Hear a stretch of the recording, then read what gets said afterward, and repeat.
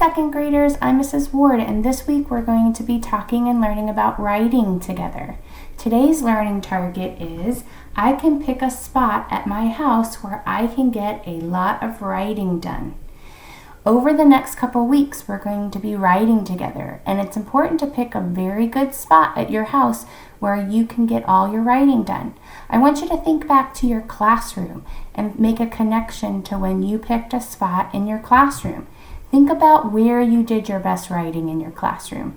Was it your desk where you had a private area where you could do your own work and have a flat surface? Was it a different desk in your classroom? Maybe there was a privacy folder, or maybe there was a bigger area where you can get your writing done.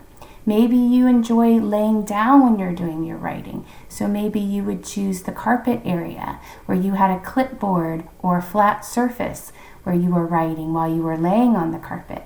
Or maybe a comfortable chair where you had a flat surface. So I want you to think back and make a connection to your own classroom in second grade, and what kind of spots were you doing your writing there? Today we're going to be picking a spot at our house where you can do your best writing there. So maybe your spot in your house is comfortable for you. So maybe it's a bed, or maybe it's a comfortable chair. But if it's comfortable, does it have a flat surface? Is there a clipboard or a book that you can be writing on? Or maybe you prefer to have a table where it's a flat surface already, where you're sitting in a chair. Is your table going to be in your dining room, or is your table going to be in your kitchen? And if you're in that area of your house, are there any distractions? Is your mom or dad cooking dinner in the kitchen when you're writing? Is the TV on in the room next to you if you're at the table? What are you going to do if you're distracted? So today you're going to pick a good spot at your house where you can get a lot of writing done. Like I used to tell my class, you want to get a drink of water first, you want to go to the bathroom first, and then once you get settled, you want to get all your writing done. So you're not distracted, you're comfortable, you have a flat surface. So in a minute, you're going to go off and find that spot in your house. Our second learning target today is to think about the materials you need for writing and keep them in a good place for when you are writing. So you're going to gather all the materials that you would use when you're writing. Again, let's think back to the materials we had in our classroom and where they were located. I know in my classroom, some of the things that I were using in my classroom was pencils, or colored pencils, or a journal. If you don't have your own diary or journal at home, maybe you can use your homework journal that you still have at home. Do you have paper with lines? So at my house, we have this kind of paper from my boys at Robinson. Do you have blank paper? You might use blank paper to write your stories. I know my class loved using blank paper to make books for their stories. Do you have sticky notes?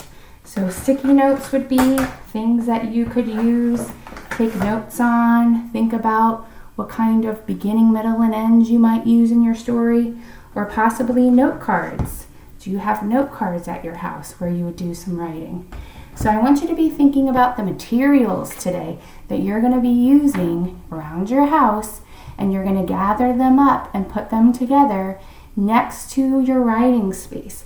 So in my house, we have one of these little containers where we keep our pens, we keep our colored pencils, we keep our regular pencils, and you're going to put them in that spot where you might use them when you're doing your writing. So let's reflect. We're going to be taking our time after you watch this video to gather the materials that you're going to need to do your writing.